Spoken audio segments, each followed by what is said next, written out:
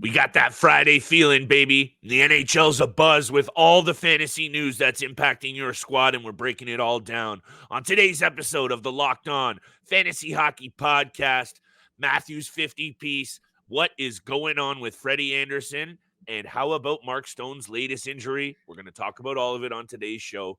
Thank you so much for joining us. Let's get this paper. You're Locked On Fantasy Hockey, your daily podcast on fantasy hockey. Part of the Locked On Podcast Network, your team every day.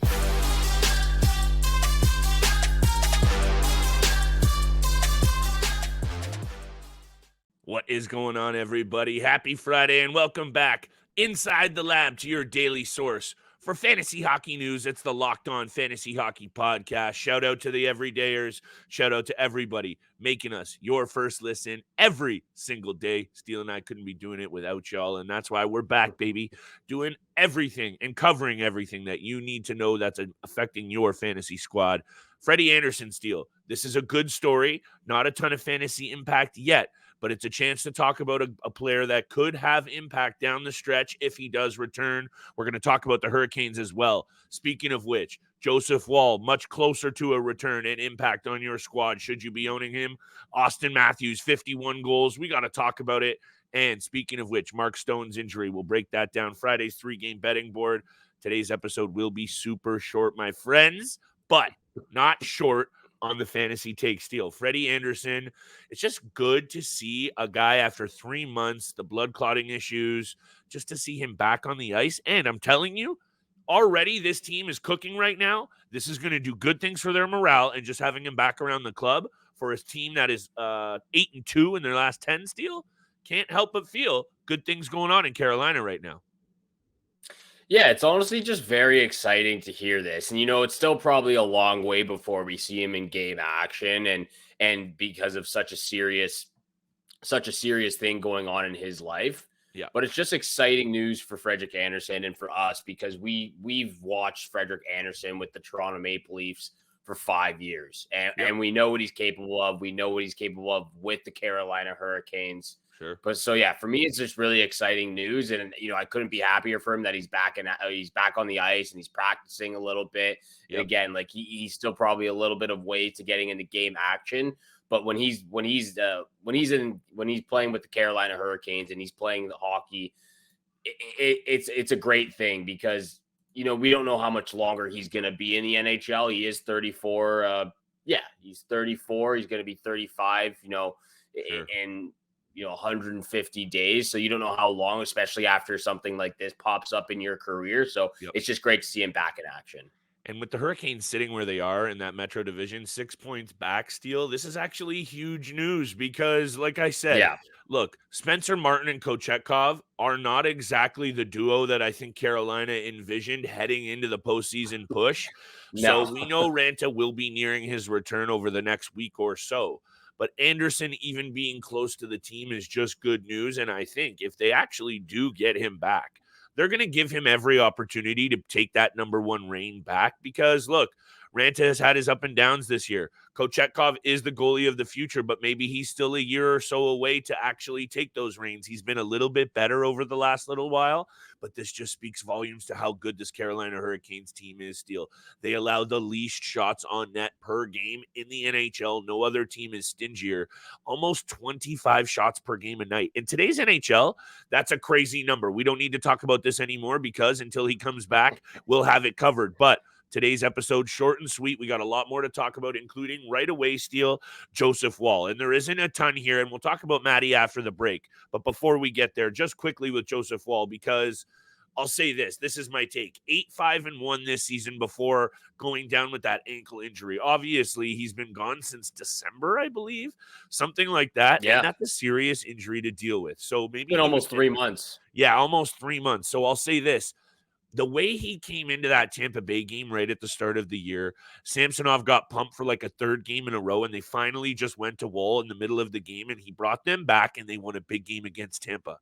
He's unflappable. It's his confidence in the crease. He came in the postseason last year. He won that game on the road against Florida. That was the only game they won in that series, and he was a main reason why. I love the moxie of this kid.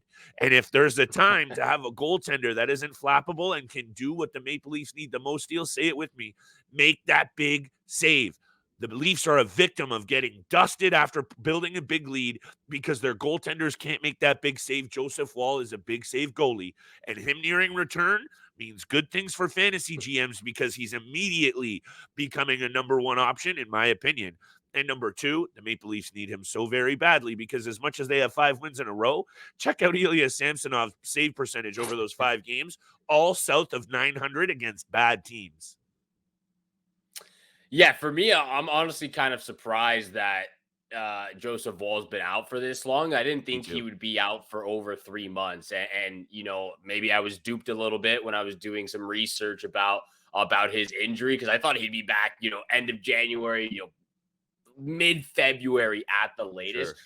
But I never would have thought in a million years that I would want a goaltender who's only played 26 NHL games back so badly. Like, yeah. I understand, you know, Ilya Samsonov, you know, since he's been sent down to the AHL and then he got brought back up, like he's been playing good. And, you know, maybe again, the save percentage hasn't been there over the last 5 games. 5-game win streak is still great. You know, I've been starting to thinking, like, I love Morgan Riley, but are we sure we really want him back at this point? 5 games in a row? Like, let's not go down that road, but I feel that's incredible. But we won't go down there. But yeah, Joseph Woll, he's only played 26 games in the NHL, but I want him back so badly because I've seen what he can be. And I know you're on top of him because you drafted him in your keeper league. You're high on his capabilities.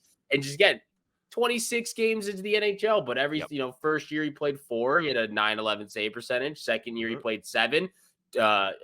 Played 7 games. He had a 932 save percentage. And then this year he's played 15. He has a 916 save percentage. Like, not a lot of, you know, not a lot there to base it off of, but still it's great stats. And he's only played 26 games. So I want him back badly. I want to see what he can do for them. I want to see how he performs in the playoffs as well. And again, I'm just excited to get these goaltenders back in action.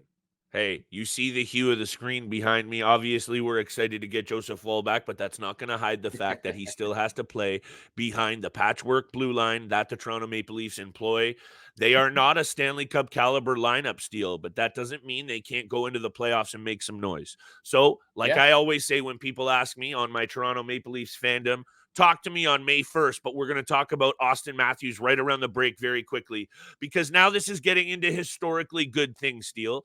And yeah, we're talking about the Leafs once again, which we have for a lot of reasons lately, but they've been in the headlines and we're going to continue to cover all of the top news from around the NHL in 30-minute shows so you guys get all of the fantasy takes and NHL news you need every single day.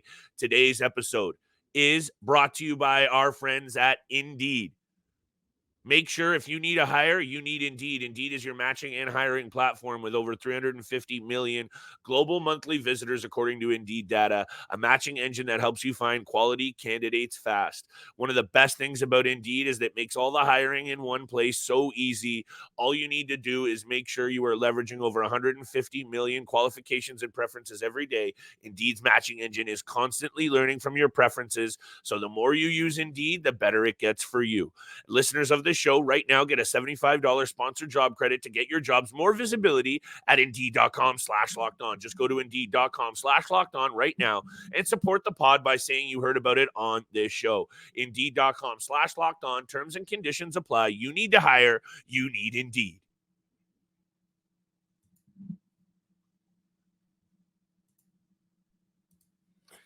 And thank you so much for making the Locked On Fantasy Hockey Podcast your first listen every single day. Make sure you check out Locked On Sports Today on YouTube channel. They're here for you 24/7. You can also get it on Amazon Fire TV. They're here. Locked On Sports Today is here for you 24/7, covering the top sports stories of the day with local experts, plus the national shows covering every single league. Make sure you go over there, subscribe to the Locked On Sports Today channel, and also check it out on Amazon Fire TV. What Leafs fans, what you and I are checking out almost every night, though, is Auston Matthews, Poppy, getting it done on a daily basis. It is absolutely incredible. Again, we were just talking about this the other day, but we got to bring it up because Poppy hits 50. He hits 51 in 54 games. He's on pace for 76. It is incredible. Again, We talked about that new little Arsenal goal scoring ability of his is just like along the boards, rifling it along the ice and just getting it, scoring from that crazy angle. And then when you're hot, you're hot. Like that.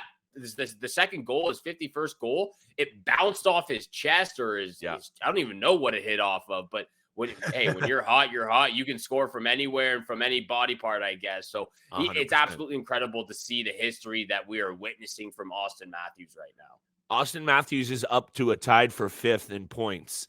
And this is not a conversation that is just you and I like to have, because obviously we do. Check out the TV ticker. Check out the magazines, check out Twitter, check out everywhere. This is what everyone is talking about. South of the border, north of the border, wherever you're at, unless you're in some sort of deep, dark hole. This is just good for hockey, Steele, because you got Nikita Kucherov going, Nathan MacKinnon going, Connor McDavid going, David Pastrnak starting to cook. And now you have special things coming from Auston Matthews. This is just good for hockey. That's number one.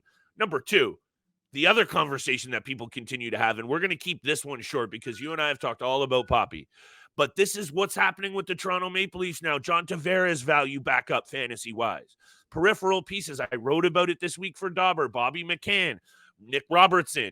Other of these peripheral pieces in Toronto are starting to cook because of 34. We've said it at length, ad nauseum perhaps. This team goes through 34.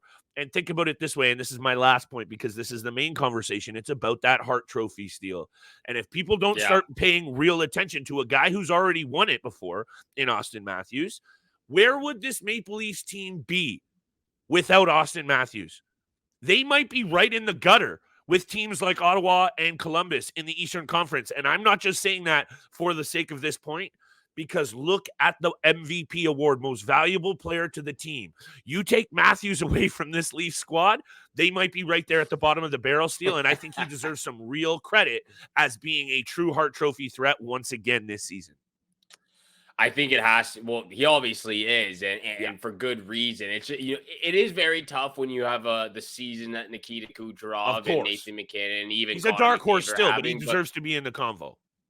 He is definitely in the conversation. He deserves to be in the conversation. And he should probably be second right now on the Hart Trophy. I'll pull it up for list, us while you continue to talk on the odds. 51 goals in 54 games. He's on pace for 76 goals on the season. That'd be on pace for 114 points. That would be a career high as well. Career high points of 114. He's on pace for 76 goals. I believe that would be the most since, again, Mario Lemieux back in 1995, I think. Sounds right. Also, I saw this on Twitter. He hasn't even scored an empty netter this season. Wow. All 51 goals. Wow. 5-on-5. Great stat. I think, power play. Mostly it's been 5-on-5, which is even more impressive. Yeah. Anyway. Yeah, we know if you take away his power play goals, he's still third most goals in the NHL. That's amazing. It's incredible. It is incredible what he's capable of doing right now. Yep. And just to put a bow on this conversation, because I think talking about Mark Stone is going to be an important one for a lot of fantasy GMs out there. And then we're going to wrap up today's show with Friday's 3-game betting board. Steele and I have had a really good week with the bets, by the way. So let's wrap it up with another winning evening. However, that Hart Trophy odds race, Nathan MacKinnon at plus 160 for show. Nikita Kucherov second at plus 270, 100%. But who has crept right up there to third, Steele? Because now it's for real. Plus 300 for Poppy, ahead of Connor McDavid at plus 340. Read into that as you will, but it's just time to really pay attention to what is a historically good season for number 34. That's the fastest American-born player to 50 goals in the conversation around players like Brett Hull, Mike Modano, and a whole bunch of other studs. Anyway, speaking of which, we know Mark Stone has been a stud himself, Steele. Fantasy-wise, he fills out the Cats. On the ice, he's a leader. Off the ice, he's a leader. He's a warrior. He's a winner now, too. How about that? Also, 53 points in 56 games this season. He is now going to be, according to, is it Kelly McCrimmon? Who's that? The guy who they got the quote from? Kelly McCrimmon, general manager in Vegas, says, quote, on Wednesday, he will be out a while. Taking an upper body knock, Steele, Tuesday night. He left the game against Nashville. Nashville actually beat them in that game. However, he leads the team in points, what's your take on Mark Stone, the Vegas Golden Knights in general? Because we know this is going to be a team knocking on the door in the postseason. But Mark Stone going out right now, Steele, with the Canucks cooking and the Oilers nipping at their heels and the Kings on the rise, this Vegas Golden Knights team can ill afford to have one of their most important players out of the lineup. Yeah, it's always tough to lose Mark Stone when you're the Vegas Golden Knights. He's been a part of their team since the beginning, and he's been so good for them, even with all the surgeries, all the injuries that he's had to go through. When he's in the lineup, he's one of the best players for them. I will say this, they've gotten by with a lot more players on the IR and a lot more regulars out of their lineup. They still have Jack Eichel out. They still have Ben Hutton out. They have William Carrier out. They have Mark Stone out now. They have a few more other guys. But they've gotten by this entire season with a lot of injuries. Aiden Hill was out for 2 months. William Karlsson was out for almost 3 months. Shea Theodore was out for 3 months. Like, this is a clearly banged up squad that is still able to get by. Been that way too the last two seasons, it seems. It has been. And look what happened last year. They get fully healthy in the playoffs. I think it worked out. And they win the Stanley. Yeah, it worked out nicely for them in the end. So it definitely is for fantasy GMs out there, it's definitely a hard blow at this point in the season. You don't want to lose this guy, and he might even be out for you for the rest of the league, if that's what Kelly McCrimmon's saying out there. So that's tough news if you're a fantasy GM who has Mark Stone, because he's been playing absolutely fantastic this entire season. Yes, he has. Like you said, 53 points in 56 games. I would love to see this guy play a full year. It doesn't seem like that's in the cards for him at this point. It just seems like something always comes up with Mark Stone. It's a good point. It's the same sort of principle. It's the same sort of principle when we talk about, Evgeny Malkin when he's injured all the time, or Max Pacioretty when he's been injured. When he's in the lineup, he's getting points. Max Pacioretty in his prime, not right now. I get you. I hear the point you're trying to make.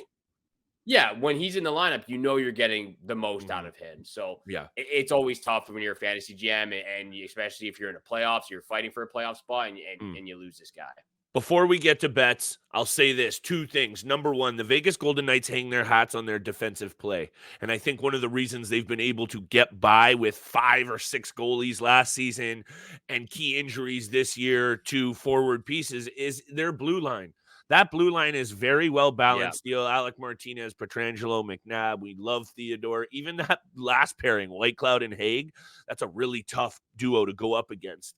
And lastly, with Mark Stone, he went out in a similar, not maybe this exact point in the season, but he missed a good chunk of the regular season last year. He was able to get healthy, and he was able to come back in time fully ready to go for the postseason. And he played all 22 games last year for Vegas, putting up 11 goals and 13 assists, and he had 2 game-winning goals. So if the Vegas Golden Knights feel that this is another situation where they're not going to rush Mark Stone back in any capacity, that's another one of those things, Steele, with fantasy postseason on the come up here. Keeping Mark Stone around and stashing him in an IR spot, or maybe sacrificing an IR spot for him in another position, and you have to drop a guy, that's where you're going to have to tap into Monday's waiver wire. Let us know in the comments if you're dealing with a Mark Stone situation and we can help you out. Hit the DMs. But I think, Steele, that's one of those takeaways here. You can't help but feel, knowing how good he is and important to the team, come postseason, they're not going to rush this guy back in any capacity to make sure he's ready to go come May. They're going to make sure that he's fully healthy. They're not going to rush back. They're not going to take that chance with him. Completely agree with that. Thank you. Let's get over to big time bets, where the money is made, and then wrap up this show nicely for the weekend. This episode is also brought to you by Ibotta. Grocery bills are so expensive these days, but they don't have to be. Start getting cash back on your grocery shopping with the free Ibotta app and get cash back every time you shop. Ibotta is a free app that gives you the most cash back every time you shop on hundreds of items, from groceries to beauty supplies and everything in between. So you can make sure you're beating inflation no matter what you're purchasing. The average Ibotta user earns $256 per year. That could cover the cost of an entire shopping trip. So you can buy that flight you've been eyeing, that game you're dying to go to, or the fancy dinner you've been craving. Other apps give you the points that don't amount to much. With Ibotta, just add your offers in the app, upload your receipt, and you get real cash that you can cash out to your bank account, PayPal, or gift cards. Right now, Ibotta is offering our listeners $5 just for trying Ibotta by using the code LOCKEDONNHL when you register. Just go to the App Store or Google Play Store and download the free Ibotta app to start earning cash back and use code LOCKEDONNHL. That's IBOTTA in the Google Play or App Store and use code LOCKEDONNHL.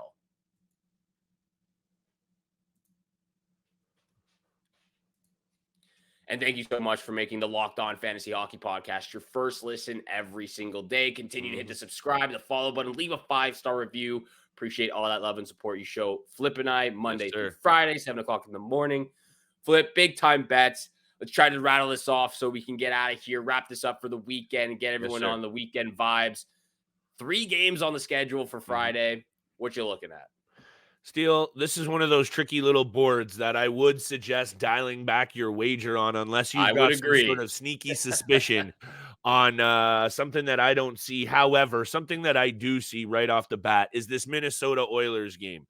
Number one, this should be a juicy one because both teams are kind of feeling it right now offensively. We know what just happened with the Minnesota Wild in the comeback against the Vancouver Canucks. Well, I don't even know what the total was. It 17 goals in that game, and then they come back. It was 10-7 for the Minnesota Wild. 10-7, and then they come back and they get dusted by the Winnipeg Jets. So to me, they got to tighten it up defensively. One hundo, and you could say the same perhaps about this Oilers team because they've allowed 3 or more goals in the last 3 as well, including getting pumped. They lose in overtime, but still 6 goals is 6 goals. 6-5, I understand. However, it's got to be over 6.5 between Minnesota and Edmonton. I know the head-to-head numbers. 6 of the last 9 between these two have gone over the total as well. That's my first pick. My second pick comes from the same game, Steele, so I'm going to rattle it off very quickly. Connor McDavid is on a heater. This is nothing new. This is basically how Connor McDavid plays. He's almost always on a heater. So I'm going to go with what I've been seeing, and this isn't rocket science. Connor McDavid over 1.5 anytime points. He is no longer a player where his prop is at an anytime point. It is always over 1.5. In 21 career regular season games against the Minnesota Wild, 24 points for McJesus. Those are my first 2 picks. I didn't want to go with the same game parlay, Steele, because I really couldn't find another pick that I liked from that game. However, the Wild are, I think, 8-1-1 in their last 10 against the Oilers, so a little food for thought there. Yeah, definitely a little food for thought there. Yeah, I've got 2 picks from this game as well. I've also got the Oilers Wild over 6.5. Got to be done. Gustafsson and Fleury have just been a little bit shaky, and Skinner hasn't been on the top of his game as well the last 3 starts. So I'm going with the over 6.5. I am going to take the Oilers on the money line in this situation, just because it's in Edmonton. And again, the shakiness of what I've seen from Gustafsson and Fleury over the last little bit. So I'm taking the Oilers money line. I'm taking the Wild Oilers over 6.5. And then my final pick here, I'm taking the Jets on the puck line against the Blackhawks. I'm hoping for a big game. I know Connor Bedard's back. I know he's been absolutely stellar since coming back from injury as well. But I'm taking the Jets on the puck line for juicy odds. He actually burned me on Thursday night by not getting a single point. That was gutless. But anyway, back to more positive news. The Columbus Blue Jackets and the Buffalo Sabres. I know it's an ugly looking one, but the total has gone over the number in 6 of Buffalo's last 7 trips to Columbus. By the way, my lock of the night was the over in that Minnesota-Edmonton game. I'm just firing off my last pick here because this just screams over to me, Steele. And then you look at the last 9 games between these two, 7 of the last 9 have gone over the total. Buffalo, Columbus. This has got to be an over. I'm feeling 2 overs tonight. Sometimes my brain gets away from me, but I like going to totals. I like going to overs. If you're not feeling the over 6.5, cop out, drop it down to the alternate total at 5.5 and slap it into a nice little parlay, Steele, and thank me later. This one's going to go over the number, though. I'm feeling it. But the lock of the night is the over in that Minnesota-Edmonton game. That one should be goals aplenty. Yeah, I like the over 5.5 in that game between Sabres and Columbus. It brought, I like the over 6.5 too, but you never know with some teams that it could be a little bit of a low scoring game. I like all those 3 picks for Friday. There's only 3 games on the board. Thank you so much for making the Locked On Fantasy Hockey Podcast your first listen every single day. Thank you for tuning in for today's episode with Flip and I. Have a great weekend out there. Good luck with all your bets, and we shall see you back here again on Monday. Peace.